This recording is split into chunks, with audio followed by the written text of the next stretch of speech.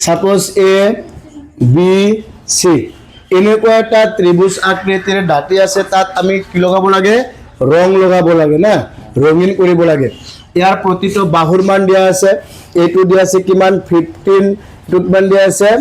6 এটো কিমান দিয়া আছে 11 মিটাৰ হ'ব না মোৰ একক কি আছে মিটাৰ আছে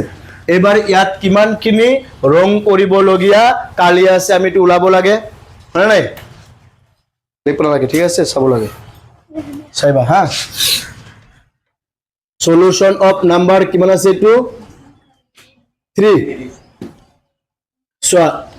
ইয়াত a কিমান আছে a গোটে কিটাৰ ভিতৰত এটা a ধৰা কোনটো ধৰিবা a suppose a কিমান 11 b কিমান 15 c কিমান suppose 6 এবাৰ হল তোমাৰ a b and c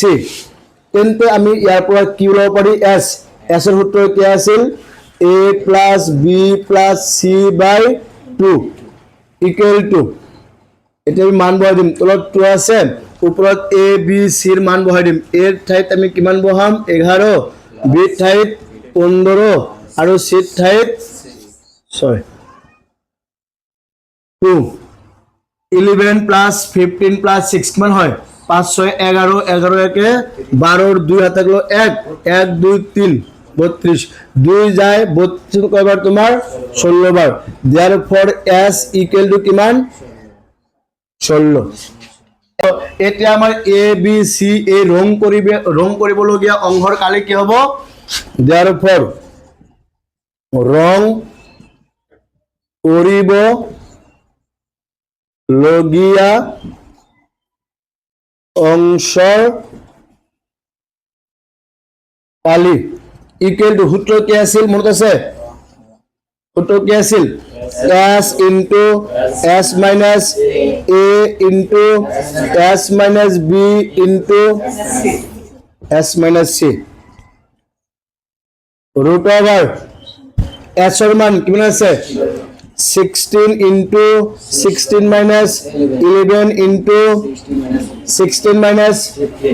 15 into 16 minus 6 16 6 तो আমি কিমান লিখব পাৰি 4 স্কয়াৰ into 16 minus 11 কিমান হ'ব 5 16 পৰা 11 বাদ দিলে 5 এ হল 5 16 minus 15 কিমান হ'ব into 1 16 minus 6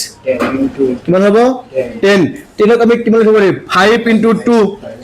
into 2 আৰু কি 5 ইয়াতে 5 আছে নাই ইয়াতে 5 ইয়াতে 5 আছে সো কি হ'ব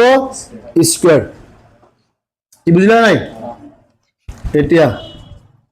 এই দুটাৰ ওপৰত কি আছে স্কয়ার আছে এই দুটা স্কয়ার ক্যান্সেল সো 4 into 5 কিমান হ'ব 5 সেরা 20 into root over তাহলে এই দুটার স্কয়ার আর রুট ক্যান্সেল যায় এই দুটা পূরণ হই কোথা হিল বাইরত ভিতরত কি আছে 2 into 1 তাহলে 2 এর গুণ 2 একক কি হবে মিটার স্কয়ার বাস হই গেল आंसर